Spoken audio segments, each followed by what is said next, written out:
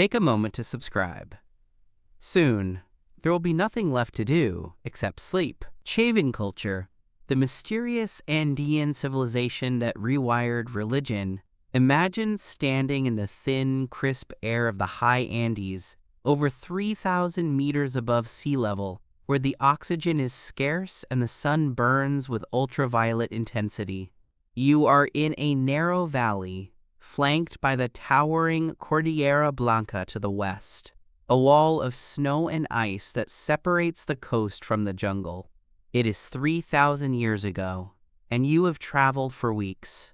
You are a pilgrim, exhausted, cold, and likely terrified. You have arrived at a place that the local people call the center of the world, a place where the rivers converge and the earth itself seems to speak. You are standing before the monumental walls of Chavín de Huantar. This is not merely a temple.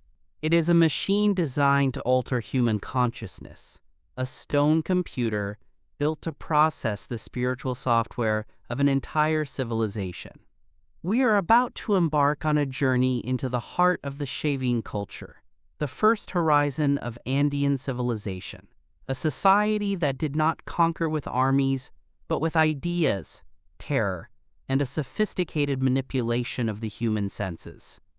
This is the story of how a mysterious priesthood rewired religion in South America and created a legacy that would endure until the arrival of the Spanish conquistadors.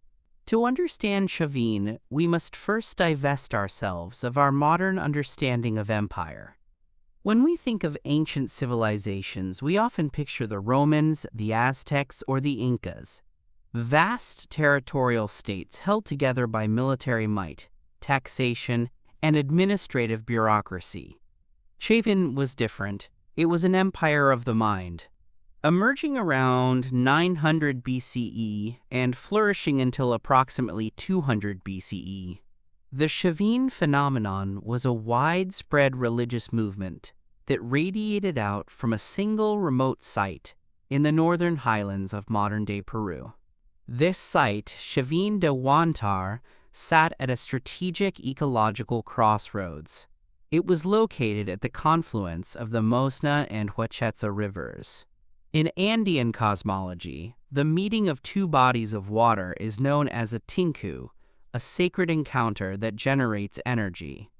This tinku was not just hydrological, it was geographical. To the west lay the arid Pacific coast with its rich fisheries. To the east lay the humid, verdant Amazon basin with its medicinal plants, jaguar pelts, and exotic feathers. Chavin sat at the doorway between these worlds, acting as a cosmic hinge. The environment of the Andes is one of the most punishing on Earth. It is a vertical world where moving a few kilometers east or west can take you from a frozen tundra to a steaming jungle. Survival here requires cooperation and the pooling of resources from different ecological zones. This vertical archipelago model of agriculture meant that highlanders needed corn from the lower valleys, coastal people needed wool from the highlands, and everyone needed the spiritual assurance that the water, the source of all life, would keep flowing. The genius of the Chavin priesthood was to position themselves as the sole guarantors of this flow. They did not claim to own the land. They claimed to own the keys to the universe that kept the land fertile. The origins of Chavin are shrouded in the mists of prehistory, but archaeology has revealed that it did not appear out of a vacuum. Before Chavin, there were other centers of monumental architecture on the coast, such as Sechin Bajo and the vast complex of Caral, which predates the Egyptian pyramids. However, around the first millennium BCE, a shift occurred. The coastal centers declined or were abandoned, and the focus of power moved inland and upward. This shift coincides with a period of climatic instability. When the rains became unpredictable and the ocean currents shifted, a phenomenon we now know as El Niño, the old gods of the coast seem to have failed. The people looked to the mountains, the source of water, for new answers. The priests of Chavin provided them. The architecture of Chavín de Huántar is the physical manifestation of this new theology. The site is dominated by two main structures, the Old Temple and the New Temple. The Old Temple, U-shaped and facing east toward the rising sun and the Amazon, is a honeycomb of stone. Unlike the open-air pyramids of Egypt or the ziggurats of Mesopotamia, the action at Chavin took place inside the mountain. The temple is riddled with a labyrinth of narrow, stone-lined tunnels known as galleries. These galleries represent a feat of engineering that rivals any in the ancient world. They were not built by tunneling into a hill. Rather, the temple was built up in layers, with the tunnels constructed simultaneously as the walls rose, buried within the mass of the structure. Venturing into these galleries was a carefully orchestrated experience of sensory deprivation and overload. The tunnels are pitch black, devoid of natural light. They are narrow, forcing one to walk single file. The air is still and cool. But the Chavin engineers were masters of acoustics. Archaeological teams, led by researchers like John Rick from Stanford University, have discovered that the galleries act as resonance chambers. A blast from a Strombus galeatus conch shell trumpet, imported from the warm waters of Ecuador thousands of kilometers away, would reverberate through the stone corridors, creating a sound that seemed to come from everywhere and nowhere at once. It would feel as if the mountain itself were roaring. But the acoustic engineering went even deeper. Beneath the temple lies a complex network of drainage canals. While these were necessary to keep the structure from collapsing during the torrential highland rains, they served a dual purpose. The canals were designed with hydraulic steps and constrictions. When water rushed through them during the rainy season, or perhaps when water was diverted into them during rituals, the rushing turbulence created a thundering, subterranean rumble. For a pilgrim standing in the sunken circular plaza outside, the ground would vibrate, and a bestial roar would emanate from the earth, reinforcing the belief that a living, powerful entity resided within the stone. At the very center of the old temple, in a cruciform gallery deep inside the labyrinth, stands the supreme deity of Chavin. It is a monolith known as the Lanzon. The name comes from the Spanish word for lance due to its shape, but the idol itself is far more complex. It is a granite shaft 4.5 meters tall, wedged between the floor and the ceiling of the gallery.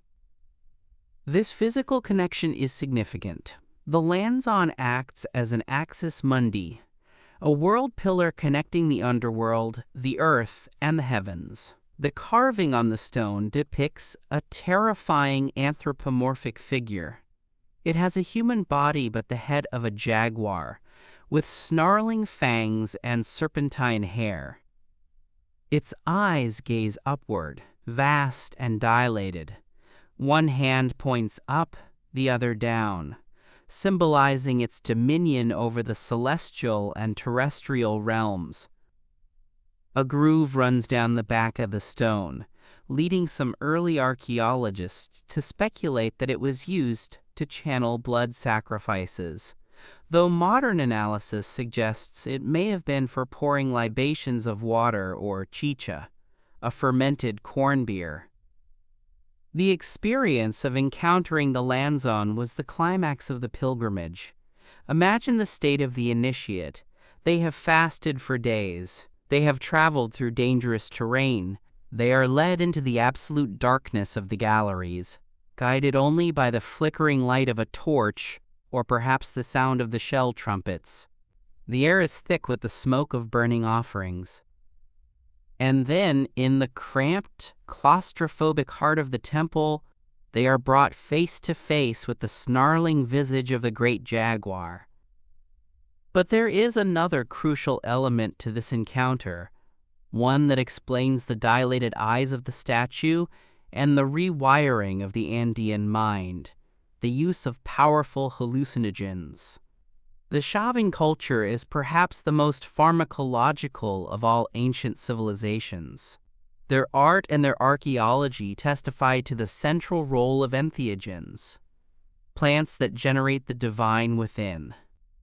Two primary substances were used: the San Pedro cactus, Trichocereus pachanoi, and the seeds of the Anadenanthera colubrina tree, known as vilca or sebel.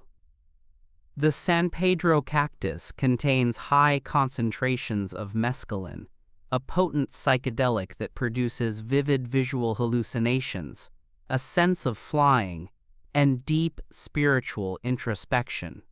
The cactus is native to the Andes and grows around the temple site.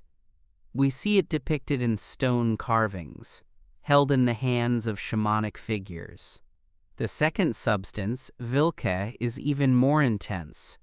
It contains dimethyltryptamine, DMT, and bufotenine. It cannot be eaten. It must be snuffed or smoked. At Chavin, it was processed into a powder and inhaled through bone or wood tubes. The effects of vilca are rapid and overwhelming, often inducing a sensation of transforming into an animal, particularly a feline or a bird of prey. This transformation is not just a metaphor. To the Chavin mind, it was a literal metamorphosis. The walls of the new temple are adorned with a series of stone heads, known as tenon heads, which were originally inserted into the high walls of the temple exterior. These heads function as a storyboard of a drug trip. The first heads are human, noble and composed. As you move along the wall, the faces begin to distort. The nose widens and wrinkles. Fangs begin to protrude from the mouth. The eyes bulge. Mucus, a physiological side effect of nasal insufflation of vilca, is shown streaming from the nose. By the final heads in the sequence, the human visage has been completely obliterated, replaced by the muzzle of a jaguar. The priest has become the predator. This pharmacological control was the mechanism of Chavin's power. In a world without standing armies or police forces, how do you maintain social order? You convince the population that you have the power to mediate reality. If the priests could travel to the other world, speak with the gods, and bring back the rain, then disobeying them was not a crime. It was suicide. The elite monopolized the trade of these substances and the ritual knowledge required to use them safely. They created a cult of terror, not through physical violence, but through the overwhelming psychological impact of their rituals. The darkness, the roaring water, the thundering shells, and the chemical dissolution of the ego combined to imprint the ideology of Chavin onto the minds of the pilgrims. When these pilgrims returned to their home villages, hundreds of kilometers away in the jungle or on the coast, they took this ideology with them. They built branch shrines, they adopted the art style, and they spread the cult. The art of Chavin is as sophisticated as its architecture, and as trippy as its rituals. It is characterized by a style that art historians call Chavinoid. It is dense, baroque, and deliberately confusing. One of the key principles of Chavin art is known as anatropy, or contour rivalry. This means that an image can be read in multiple ways depending on how you look at it. A set of fangs might belong to a jaguar when viewed right side up, but if you flip the image, those same fangs might become the headdress of a deity, or the wings of a caiman. This visual ambiguity was intentional. It functioned as a kind of visual shibboleth. Only the initiated, those who had been taught how to read the stone, could decipher the true meaning of the icons. To the uninitiated, it was a terrifying, writhing mass of claws, eyes, and mouths. Another artistic convention is metaphoric substitution. In Chavin art, body parts are rarely just body parts. Hair is depicted as snakes. A belt becomes a two-headed serpent. Feathers turn into jaguar faces. This reflects the shamanic worldview where everything is alive and everything is transforming. It reinforces the interconnectedness of the distinct ecological zones. The snake from the jungle, the condor from the mountains, the jaguar from the forest lowlands. The most famous example of this complex iconography, aside from the Lanzon, is the Raimondi stela.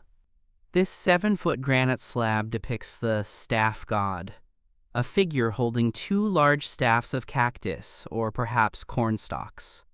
The figure looks up, wearing a towering headdress composed of cascading fangs and snakes. However, if you flip the Raimondi stela upside down, the headdress turns into a row of plunging crocodiles or caimans. This ability to see two worlds at once, the sky and the water, the predator and the prey, encapsulates the dualistic philosophy of the Andes.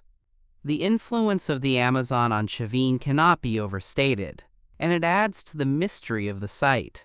Chavín de Huántar is in the high Andes, yet its sacred animals are creatures of the tropical lowlands: the jaguar, the caiman, the harpy eagle, the anaconda. These animals do not live at 3,000 meters. This suggests that the founders of the Chavin cult may have originated in the Amazon and migrated upward, bringing their mythology with them. Alternatively, it speaks to the immense reach of their trade networks. We know that Chavin was the hub of a vast exchange system. Obsidian was brought from the south, spondylus shells from the warm waters of Ecuador in the north, and cinnabar, used for red pigment, from the central highlands. The priests of Chavin sat at the center of this web, taking in exotic goods and sending out religious dogma. Diet and daily life for the support population of Chavin, those who weren't high priests, revolved around the high-altitude staples that would sustain Andean civilizations for millennia. They cultivated potatoes, OCA, and mashua in the higher slopes, and maize and beans in the protected valley floors. But the primary source of protein and a key element of their economy was the camelid, the llama, and the alpaca. These animals were domesticated prior to the rise of Chavin, but under this civilization, their use was intensified. Llamas were the trucks of the Andes, capable of carrying loads over steep terrain. They provided wool for textiles, which were likely as complex and valued as the stone carvings, though few have survived the damp highland climate. They also provided meat. Excavations of the resident areas around the temple show that the elite ate the prime cuts of tender young llama meat, while the commoners ate the tougher meat of older animals. This dietary stratification confirms the existence of a rigid class hierarchy. The Chavin civilization also made significant advancements in metallurgy, specifically in the working of gold. They were among the first in the region to master the techniques of soldering and alloying gold with silver to create electrum. Unlike in the Old World, where metal was primarily valued for weapons and tools, in the Andes, metal was valued for its spiritual properties. Gold was the sweat of the sun, and silver the tears of the moon.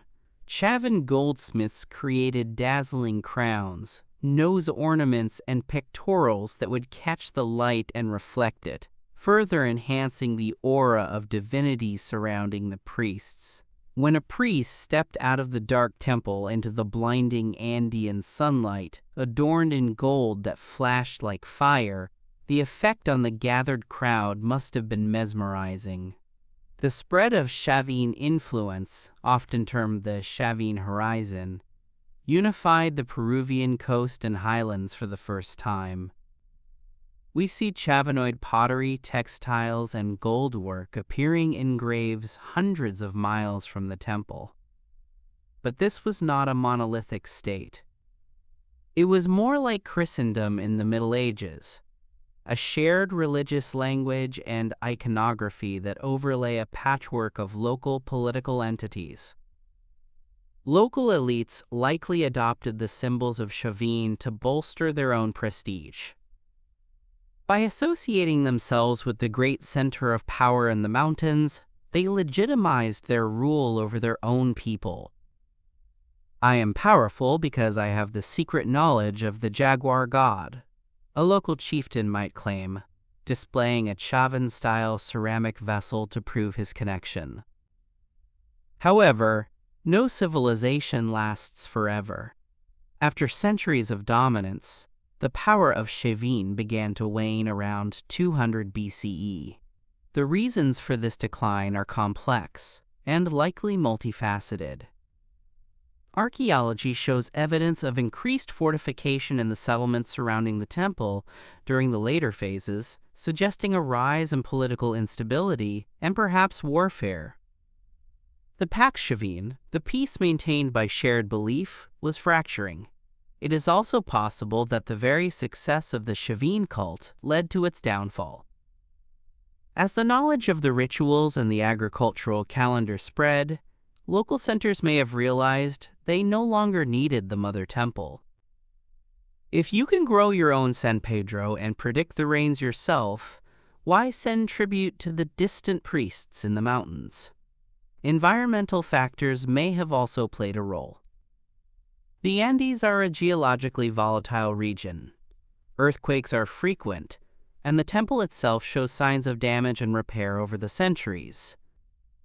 A massive landslide or a particularly severe climatic event could have been interpreted as a loss of favor with the gods, shattering the illusion of control that the priesthood had so carefully cultivated. If the priests promised rain and stability, and the earth delivered drought and tremors, the theological contract was broken. The collapse of Chavín did not mean the end of its ideas. On the contrary, Chavín set the template for all Andean civilizations that followed. The concepts of duality, the importance of the tinku, the worship of a staff-bearing deity, the sacredness of the spondylus shell, and the integration of vertical ecological zones became the foundational DNA of Andean culture. We see the staff god reappear centuries later in the Tiahuanaco culture of Bolivia and the Wari culture of Peru. We see the jaguar and the eagle remaining central icons right up to the Inca Empire. The Incas, who rose more than 1,000 years after Chavin fell, treated the ruins of the temple with superstitious awe. They recognized it as a huaca, a sacred place of the ancestors. The rediscovery of Chavin in the modern era has been a slow process of peeling back layers of mystery. The site was never truly lost in the way Machu Picchu was. The local people always knew it was there. But its significance was recognized scientifically in the early 20th century by Julio C. Tello, the father of Peruvian archaeology. Tello, who was himself of indigenous descent, championed the idea that Andean civilization was autochthonous, that it arose independently in the mountains, rather than being an import from Central America as earlier scholars had believed. He called Chavin the mother culture of the Andes. While modern radiocarbon dating has shown that coastal centers like Corral are older, Tello was right in spirit. Chavín was the matrix, the crucible, where the diverse traditions of the Andes were fused into a coherent high culture. Today, walking through the ruins of Chavín de Huántar requires a leap of imagination. The paint has faded from the walls, the gold is in museums, and the roof of the temple is gone. But if you walk into the surviving galleries, the silence is still heavy. The presence of the Lanzon, still standing in its original position after 3 millennia, is palpable. You can see the smooth texture of the stone where hands touched it for centuries.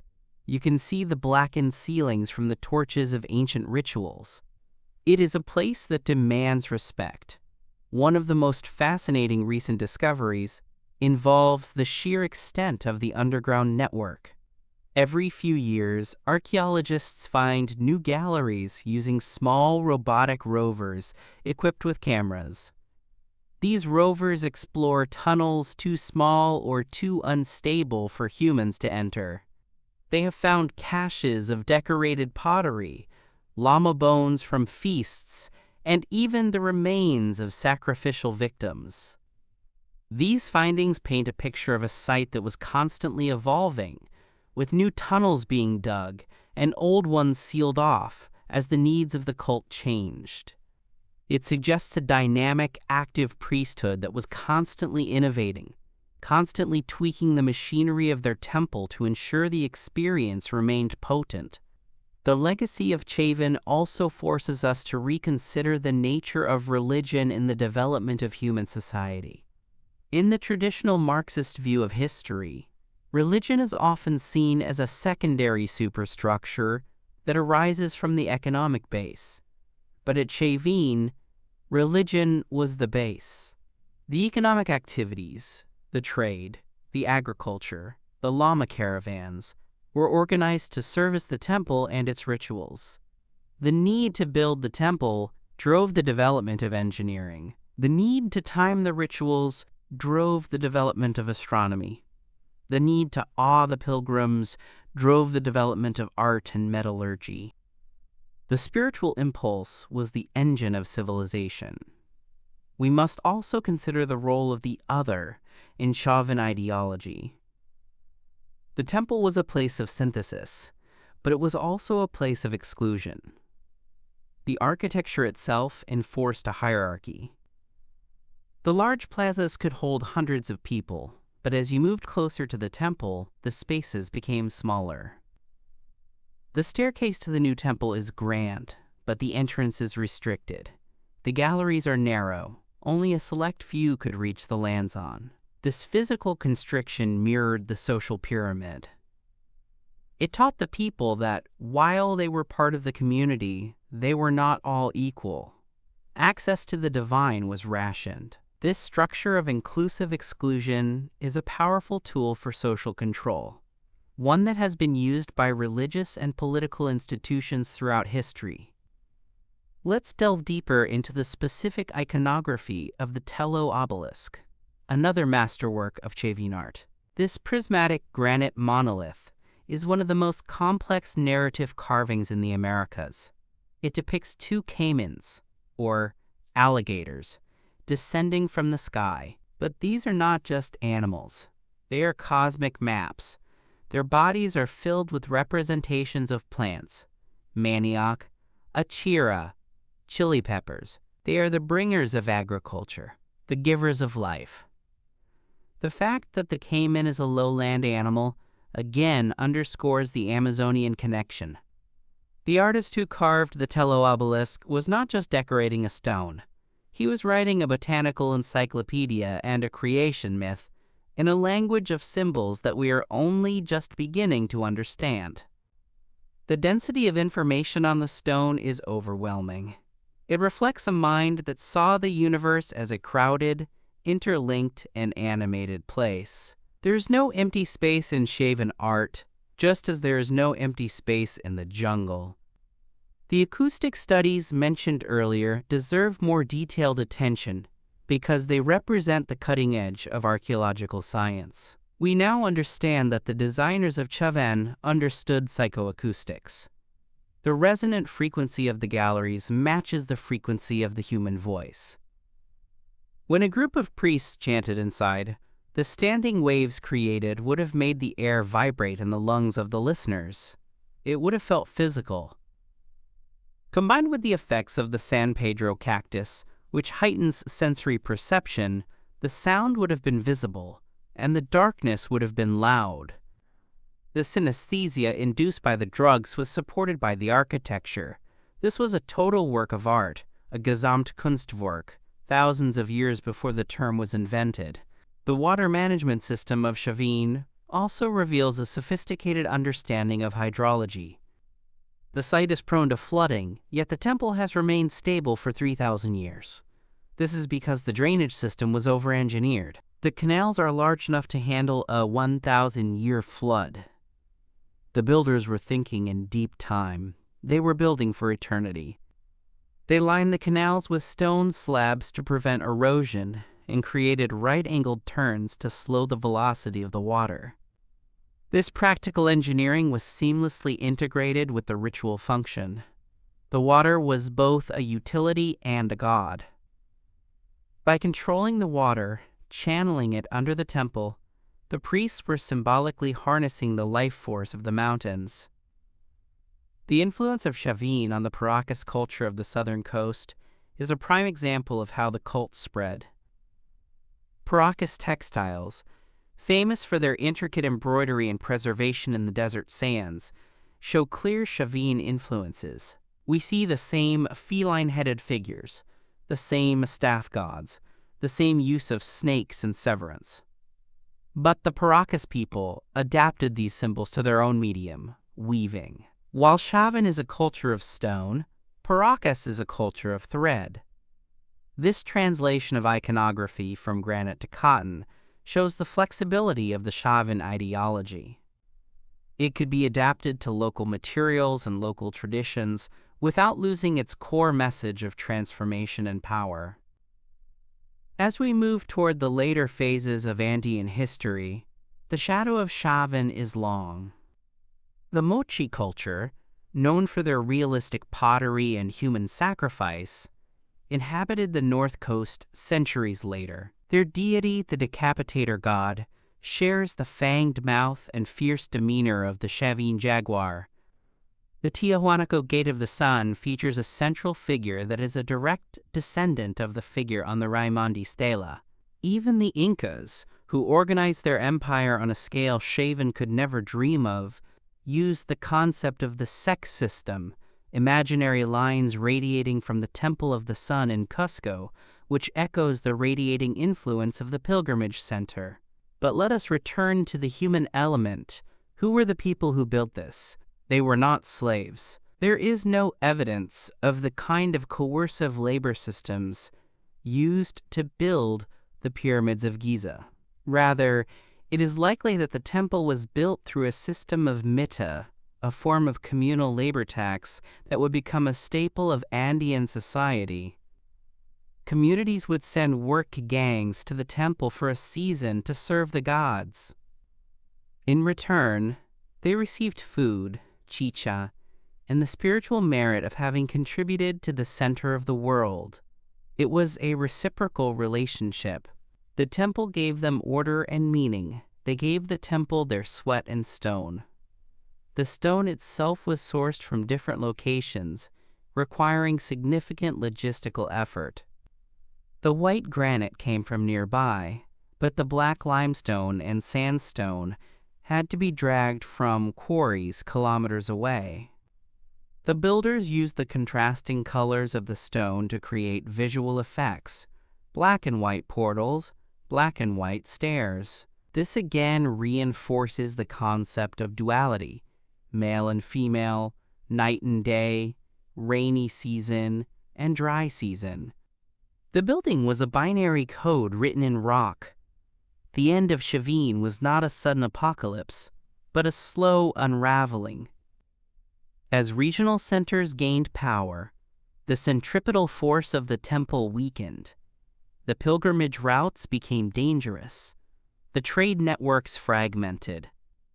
The Janabariu phase, the final ceramic phase of Chavín, shows a decline in quality and a standardization that suggests mass production rather than individual artistry.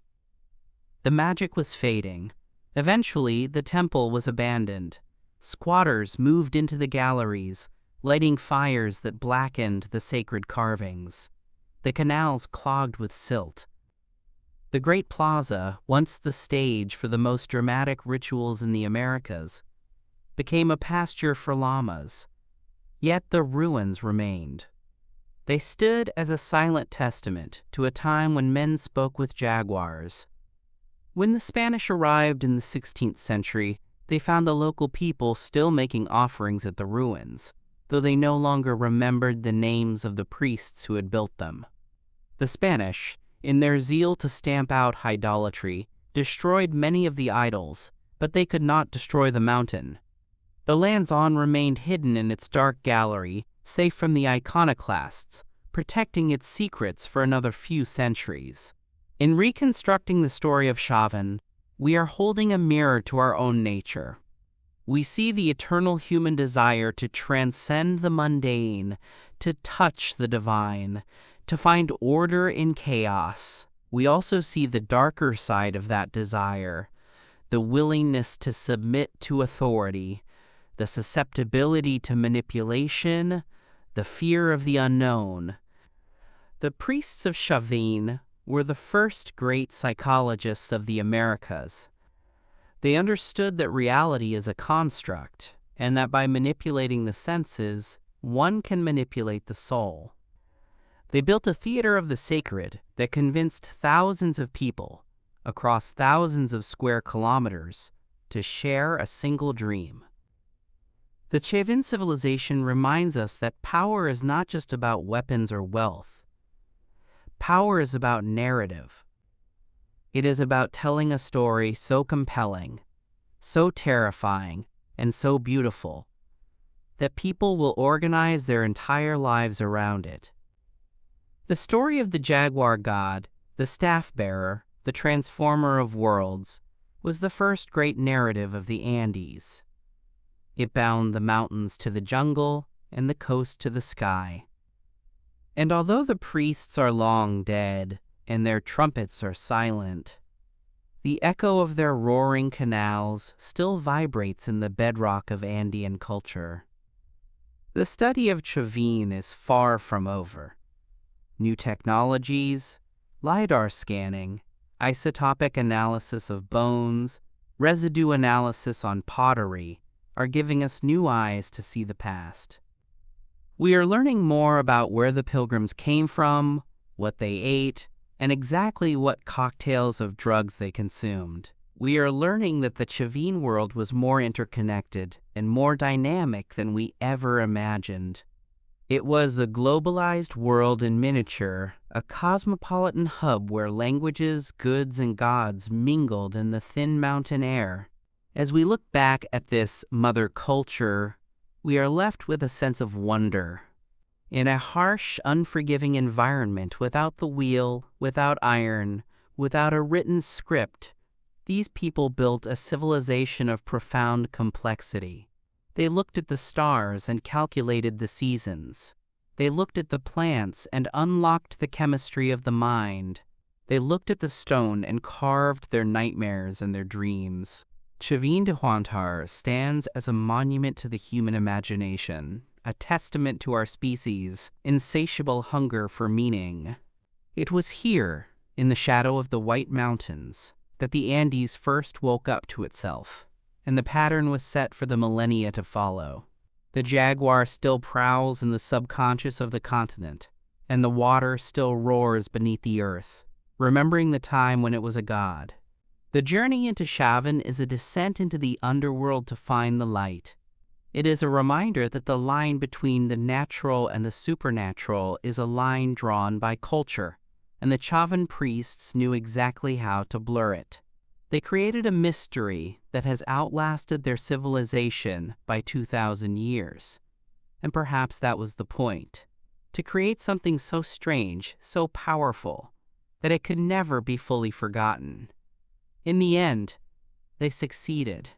The Chavín culture did not just occupy a place in history, it created a place in the human mind, a dark, echoing gallery where the jaguar waits and the world turns upside down. Having explored the grand architectural and theological superstructure of the Chavín phenomenon, we must now narrow our focus, zooming in with the precision of an archaeologist's lens, to examine the specific machinery of this civilization. It is in the granular details, the specific carvings on a conch shell, the botanical taxonomy hidden in a granite obelisk, the precise chemical composition of a snuff powder, and the hydraulic engineering of a single canal, that the true genius of the Chavín priesthood reveals itself. To understand the macrocosm of the Andean worldview, we must dissect the microcosm of its artifacts, for in the Andean mind, the part always contains the whole. We move now from the general atmosphere of the temple to the specific, tangible items and locations that generated that atmosphere, beginning with a deeper investigation into the supreme mastery of stone that defined the visual language of the cult. The Tello obelisk stands as perhaps the most intellectually dense object ever created in the ancient Americas.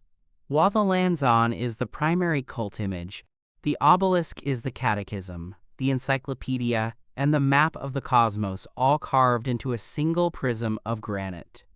Standing over 2.5 meters tall, it is a four-sided monument that, when unfolded visually, reveals a complex narrative involving two great reptilian creatures. Early interpretations were content to call these dragons or stylized monsters, but the rigorous application of biological science by researchers like Donald Lathrop and later Peter Rowe has unlocked a specific terrestrial identity for these beasts. They are black caimans, Melanosuchus niger, the apex predators of the Amazonian river system.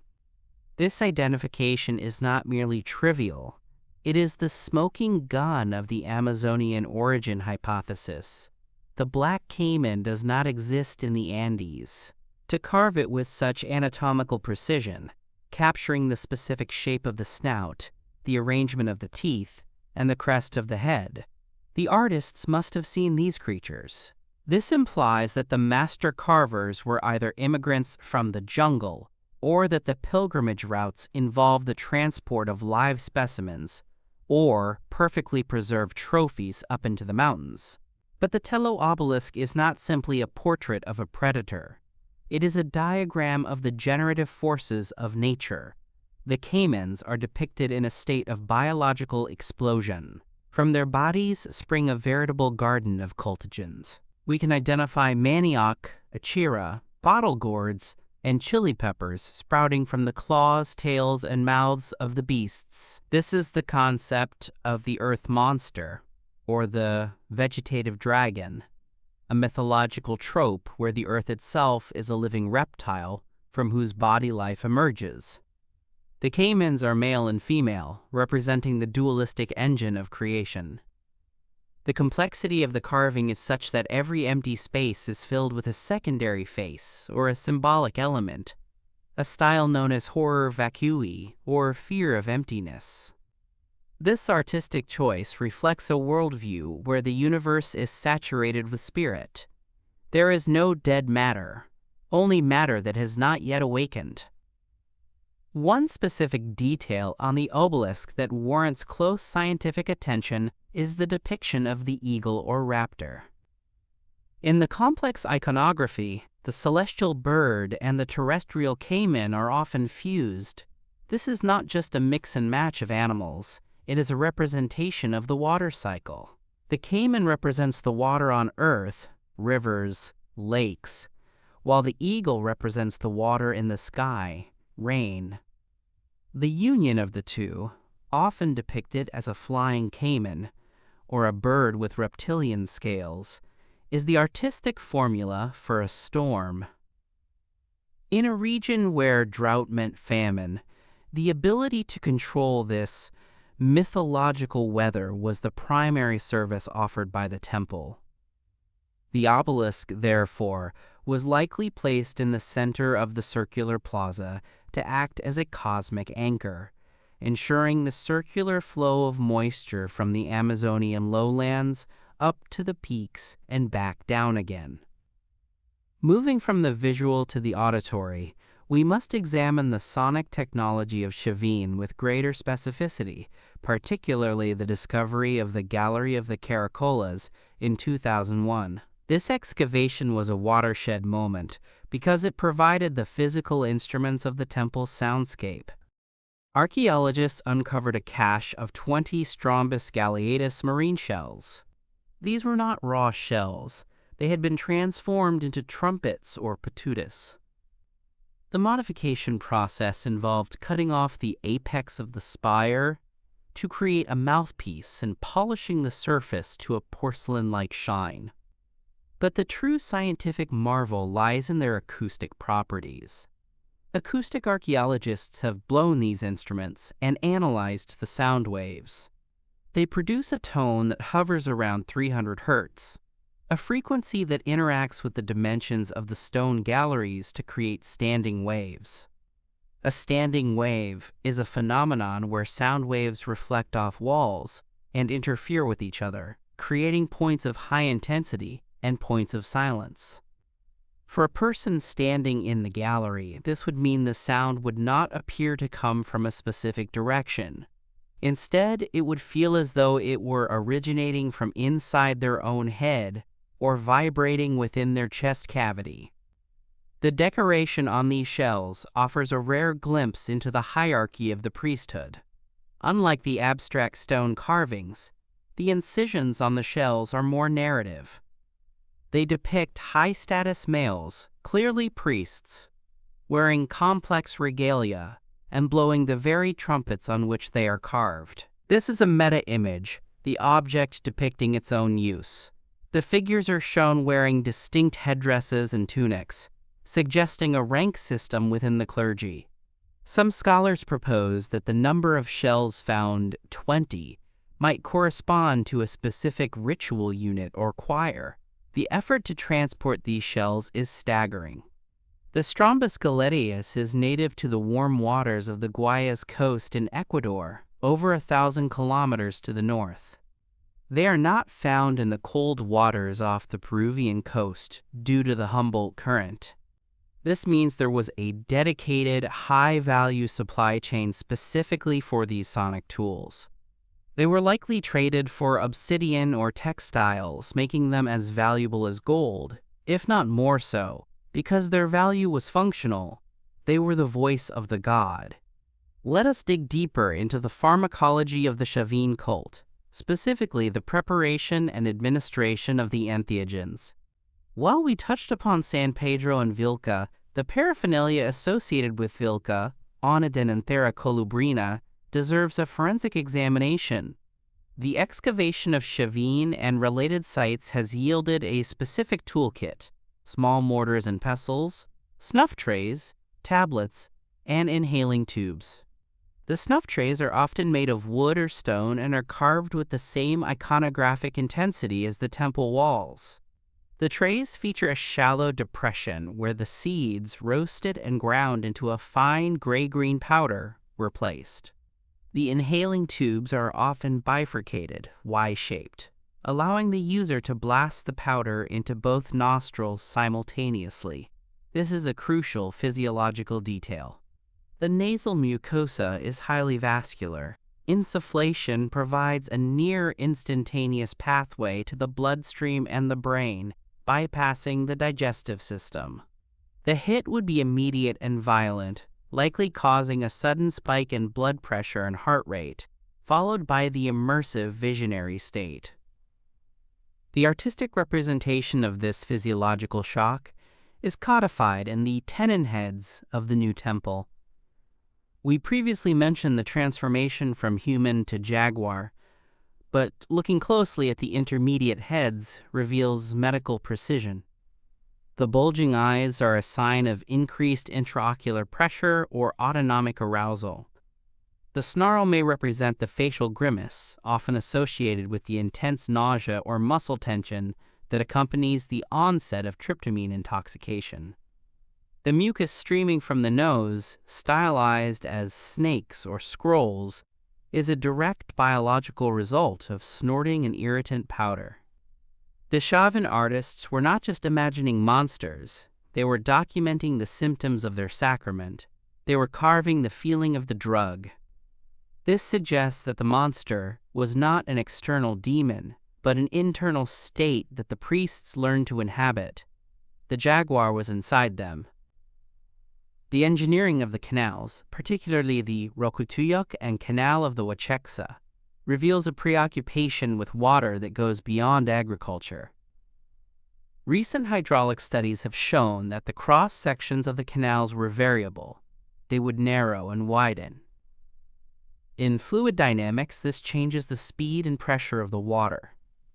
When water flows from a wide channel into a narrow one, it accelerates and becomes turbulent. If this transition happens in a resonant chamber, it creates noise. The roar of the caiman was a hydraulic effect. We must consider the possibility that the temple was a musical instrument played by water. During the rainy season, or by manually releasing cisterns, the priests could turn on the temple. The ground would shake. This vibration is key. In the Andean worldview, the huaca, sacred object, is often something that speaks or makes sound. By giving the mountain a voice, the engineers made it a super huaca. The chronological layering of the site offers another dimension of complexity. Chavin de Huantar was not built in a day. It has a stratigraphy that spans roughly 800 years. Archaeologists divide this into phases, often named after the ceramic styles: Urabaryu, Chakinani, and Janabaryu. The Urabaryu phase, circa 900 to 500 BCE, corresponds to the early settlement and the construction of the old temple. At this stage, the influence is local. The ceramics are distinct but not yet standardized. The population is small. Then comes the Chakinani phase, a time of transition. But it is the Janabaryu phase, circa 400 to 200 BCE, that represents the apogee. This is when the new temple was expanded, the black and white portal was constructed, and the influence of Chavin exploded across the Andes. The Janabaryu ceramics are technically superior, hard-fired, highly polished, often stamped with complex designs. They appear in the archaeological record hundreds of kilometers away. This suggests that during this phase, Chavin became a manufacturing center, or that its templates were mass-copied. It was the industrialization of the sacred. Let us scrutinize the black and white portal, the monumental entrance to the new temple. This structure perfectly encapsulates the dualistic cosmology. The south wing is built of white granite. The north wing is of black limestone. This is not a subtle choice. It enforces a binary upon everyone who enters. The columns flanking the portal are carved with complex avian figures. The column on the white side depicts a hawk or eagle, associated with the male, the sky, and the dry season. The column on the black side depicts a slightly different avian, perhaps a nocturnal bird or a female aspect, associated with the moon and the wet season. The lintel above the portal continues this binary code. By walking through this portal, the pilgrim is symbolically uniting the opposites. They are walking into the Tinku. The engineering required to bring these specific black and white stones to the site is significant, as the quarries are located in opposite directions from the temple, further reinforcing the idea of the center bringing together the periphery. Recent technological applications, specifically the use of the Chavin rover, developed by John Rick and his team from Stanford, have opened up the Gallery of the Condors and other sealed spaces. These robots, small enough to navigate the drainage ducts, have returned images of undisturbed contexts. In the Gallery of the Condors, they found ceramics that had been placed there as offerings and never touched again. These vessels often contain residues.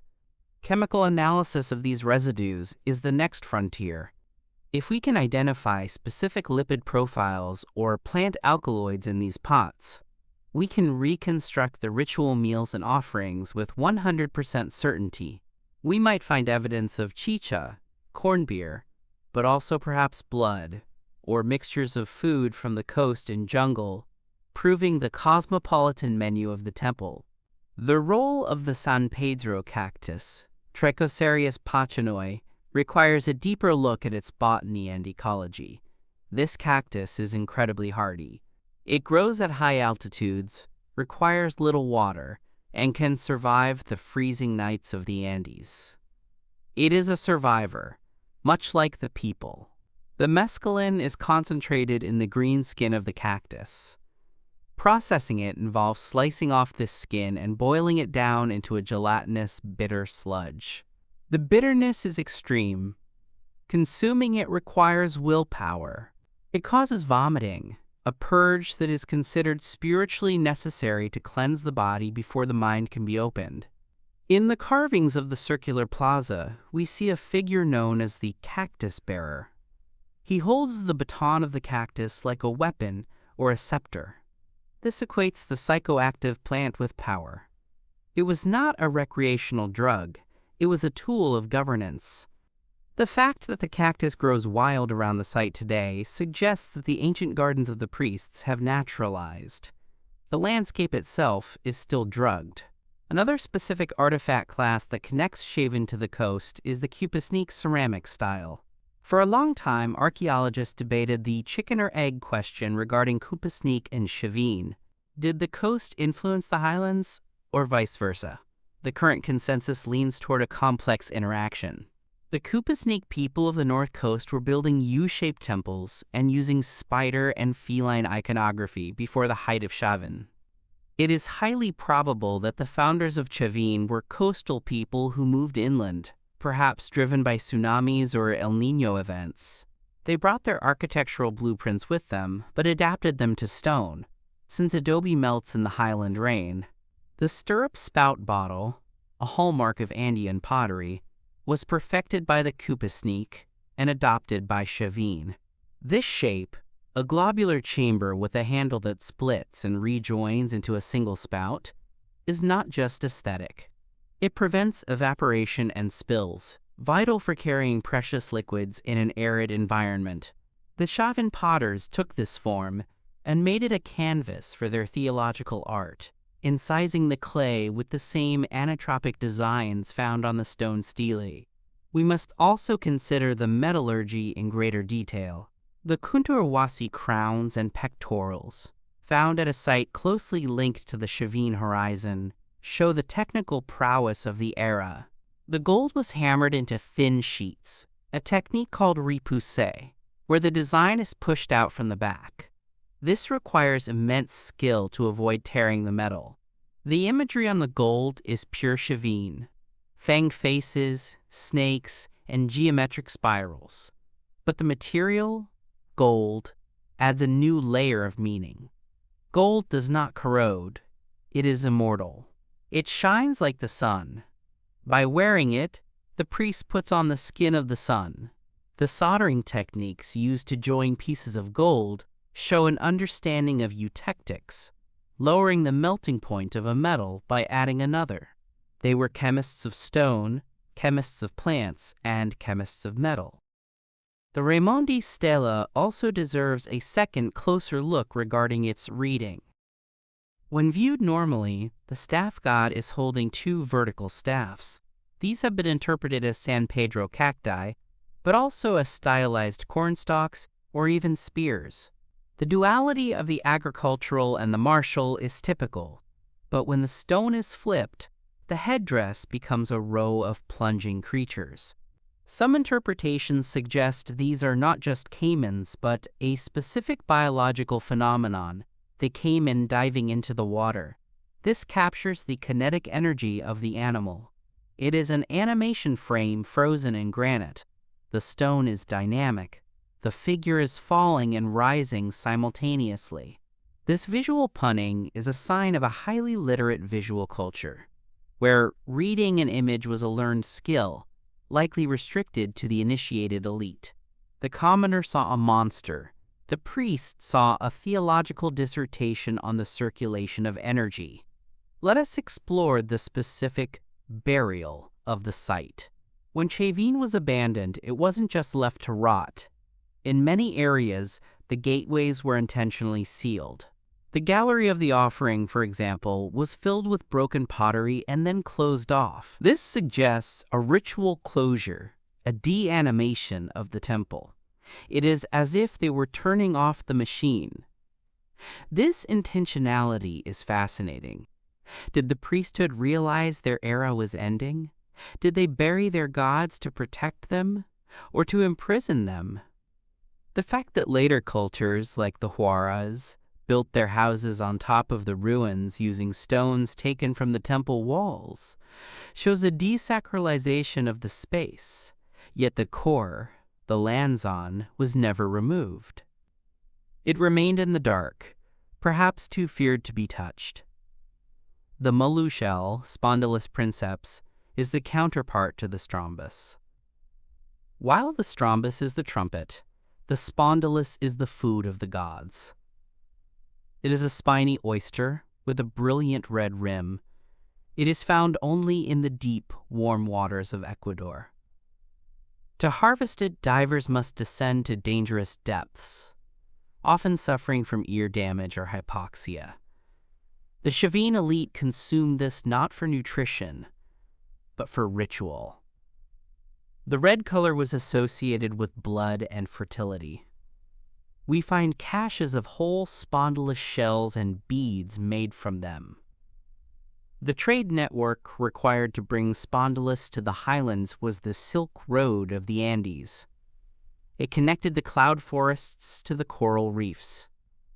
The arrival of a llama caravan carrying these red shells would have been a major event, signaling that the connection to the oceanic source of life was intact. Let us zoom in on the Falcon Hill, or the natural setting of the site. Chavin is located at the foot of a massive granite outcrop. The shape of this mountain mimics the shape of the temple, or rather, the temple mimics the mountain. There is a concept in the Andes called Kame, the animating force. The temple was built to channel the Kame of the mountain. The orientation of the old temple is 103 degrees east of north. This is not random.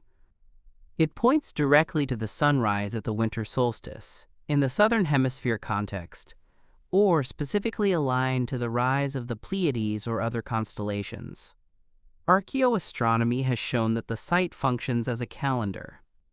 The shadow of the central pillar in the circular plaza would have tracked the movement of the sun, telling the priests exactly when to plant the corn and when to harvest. In an environment where a frost can kill the crop in a single night, this astronomical precision was a matter of life and death. The priests were the timekeepers. The textiles of Chavin are largely lost due to the humidity of the highlands, which causes cotton and wool to rot.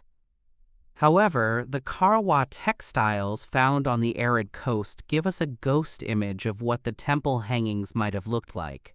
These large painted fabrics depict the staff god and the jaguar deity in vibrant colors: ochre, terracotta, blue, and black.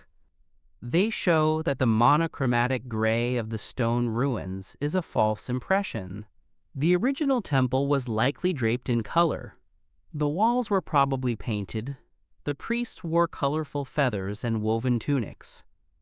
Imagine the new temple not as a gray ruin, but as a technicolor palace, vibrant against the brown and green of the valley. The sensory overload included color, sound, smell, and the internal fireworks of the mescaline. The Chavin cosmology also extended to the concept of the tinqui, or the meeting point. We mentioned the river confluence, but the site is also a tinqui of directions. It sits at a pass that allows easy travel from the coast, west, to the jungle east. It is a bottleneck. By controlling this pass, the Chavin priesthood could tax the trade. They became the gatekeepers of commerce. This economic foundation is crucial. You cannot build a massive stone temple just on prayers. You need food to feed the masons. The agricultural surplus of the valley, combined with the offerings, taxes from pilgrims, provided the caloric energy to lift the stones. The skeletons of the commoners found in the area show signs of hard labor, arthritis, spinal compression, proving that the mined empire was built on the backs of a laboring class. The geometric precision of the architecture is another specific point of interest. The walls of the new temple are not vertical. They have a batter, meaning they slope inward as they rise. This improves stability during earthquakes, but it also creates a visual effect of imposing height.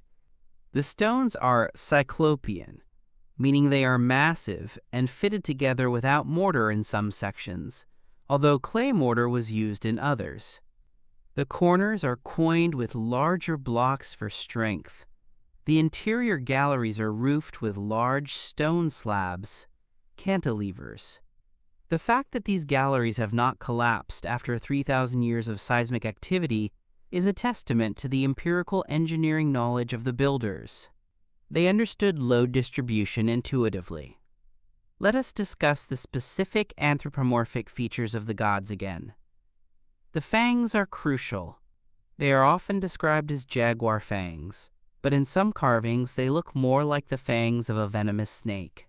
The eccentric pupil of the eye, looking up and to the side, is a specific diagnostic trait of Chavin art.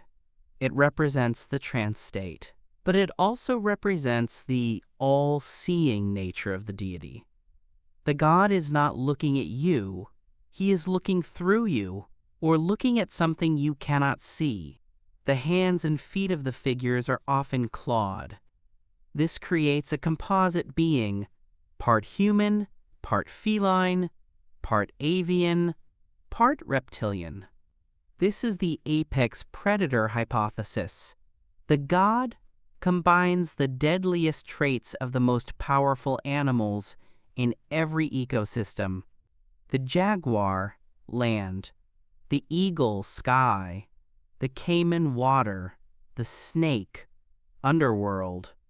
By worshipping this composite, the Chavin cult claimed dominion over all biological domains. The processional path of the pilgrim can be reconstructed. They would arrive from the north, passing through the settlement. They would enter the sacred precinct, perhaps stopping at the river to purify themselves.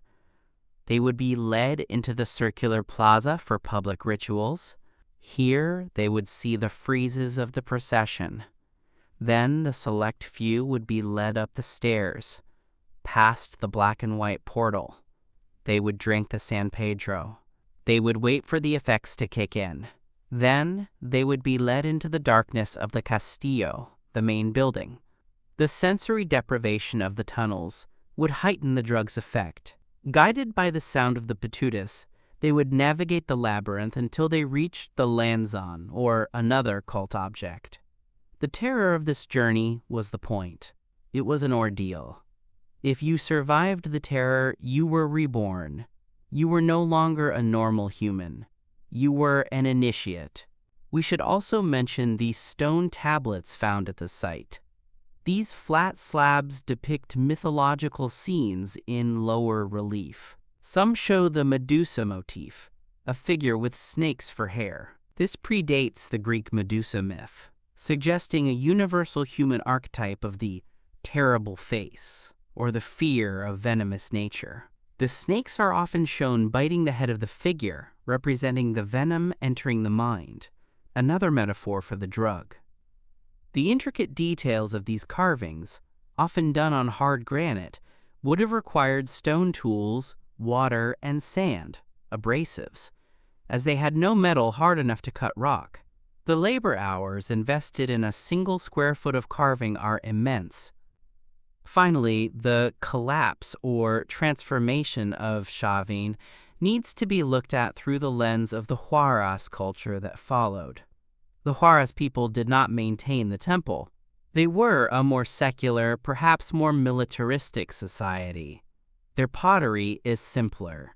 They occupied the site but changed its function. This marks the end of the theocratic era and the beginning of the period of local developments. The unifying ideology shattered, but the fragments remained. The memory of the great shrine persisted. Even today, local shamans, curanderos, in the valley invoke the spirits of the mountains, Apis, and use San Pedro, continuing a lineage of practice that is unbroken for 3 millennia. The hardware of the temple is broken, but the software, the ritual relationship with the plant and the mountain, is still running. In this deep dive, we see that Chavin was not just a religion, it was a technology. It was a rigorous empirical system of psychological engineering, hydraulic management, botanical knowledge, and artistic communication. The priests of Chavín were the scientists of their day, experimenting with the limits of human perception and the mechanics of nature. They encoded their findings in stone, creating a library that we are only just beginning to read. The mystery is not magic. It is advanced knowledge applied to the control of society. And in the silence of the galleries, if one listens closely to the acoustic ghost of the Strombus shell, one can almost hear the machinery of the Andean soul humming in the dark. The sheer scale of the terraforming required to build Chavín de Huántar is another aspect that demands specific attention. The site is not sitting on natural ground. The plateau where the temple stands was artificially leveled. The engineers had to divert the Mosna River to create the space. This river diversion is a monumental feat. They built a dam and a new channel to move a rushing mountain river, allowing them to expand the temple complex directly over the old riverbed. This was a statement of dominance over nature. They did not just inhabit the landscape, they sculpted it. The fill used to level the site contains layers of construction debris and domestic refuse, which has provided archaeologists with a stratigraphic timeline of the construction phases. The stability of this artificial terrace is remarkable, considering the heavy rainfall. It implies a deep knowledge of soil mechanics and drainage. We must also consider the sexual duality explicitly carved into the architecture. The black and white portal has been analyzed by some scholars as representing a gender division. The south, white column with the eagle is male. The north, black column with the hawk is female. This binary opposition is fundamental to Andean thought, known as Yanantan, the complementary union of opposites. It is not a battle between good and evil, but a necessary tension between two halves that make a whole. The temple itself, with its U-shape, has been interpreted as a womb, receiving the seed of the sun. The lanzon, penetrating the floor and ceiling, is the phallic axis. The ritual life of Chavín likely involved the symbolic enactment of this fertilization to ensure the productivity of the earth. The Gallery of the Bats is another less famous but significant sector of the underground world. The bat, a creature of the night and the cave, fits perfectly into the Chavín pantheon. In the Amazon, the bat is often associated with blood and death, but also with pollination. The inclusion of the bat in the iconography, though less common than the feline, shows the breadth of the biological catalog the priests were working with.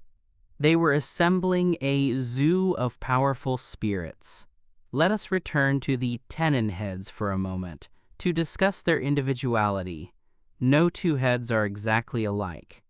Some scholars have suggested that they might be portraits of specific priests or individuals in various stages of transformation.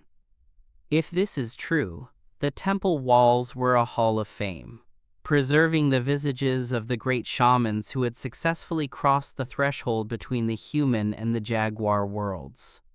The heads were mounted high up on the exterior walls, looking down at the pilgrims. As the sun moved across the sky, the shadows cast by the protruding heads would change, animating the faces. In the flickering light of torches at night, they would have looked alive, their stone eyes watching the procession. The stone mortars, in the shape of felines found at the site, are masterpieces of portable art. These were used to grind the vilca, or San Pedro. The act of grinding the sacred plant in the back of a stone jaguar charged the substance with the animal's power. The mortars are often polished to a mirror finish. The tactile experience of the ritual, The cold stone, the fine powder, the smooth bone tube, was carefully curated. Every object the initiate touched was a work of art, reinforcing the preciousness and solemnity of the moment. The influence of Chavin on the Paracas necropolis textiles gives us a clue about the clothing of the Chavin elite. The Paracas weavings, preserved in the desert, show complex figures that are essentially Chavin gods in thread. They wear tunics with fringe, turbans, and mantles. The complexity of the weaving techniques, embroidery, gauze, double cloth, suggests that the textile arts were as advanced as the stonework. The Chavin priests likely wore garments that took thousands of hours to create, signaling their command over labor and resources. When they moved, the fringes would sway, perhaps mimicking the flow of water or the movement of snakes. The regional variations of Chavin are also telling. At the site of Kunturwasi, the gold work is prominent. At the site of Pacopampa, we find similar architecture but with local twists. This suggests that Chavin was a, quote, franchise model. The core ideology was exported, but local elites adapted it. They bought into the brand of Chavin because it gave them legitimacy, but they maintained some autonomy. This explains the rapid spread of the style. It wasn't imposed by an army, but adopted by eager local leaders who wanted the, quote, technology of power that Chavin possessed. Finally, we must look at the end of the Chavin phenomenon not as a failure, but as a metamorphosis. The breakdown of the central authority at Chavin de Huantar led to the balkanization of the Andes. The unified horizon fractured into the distinct cultures of the early intermediate period, the Moche, the Nazca, the Reque. But every single one of these cultures carried the genetic code of Chavin. The Moche lords were buried with jaguar paraphernalia. The Nazca lines depict the same sacred animals. The Reque stone carvings echo the blocky style of the highlands. Chavin was the seed. The shell of the seed cracked and dissolved, but the plant that grew from it, Andean civilization itself, flourished for another 1,500 years. The deep scientific understanding of the environment, the mind, and the cosmos that was codified in the dark galleries of Chavin remained the bedrock of South American culture until the catastrophic arrival of the Europeans. The mystery of Chavin is the mystery of the genesis of a civilization, a precise, calculated, and hallucinatory leap into a new level of human organization.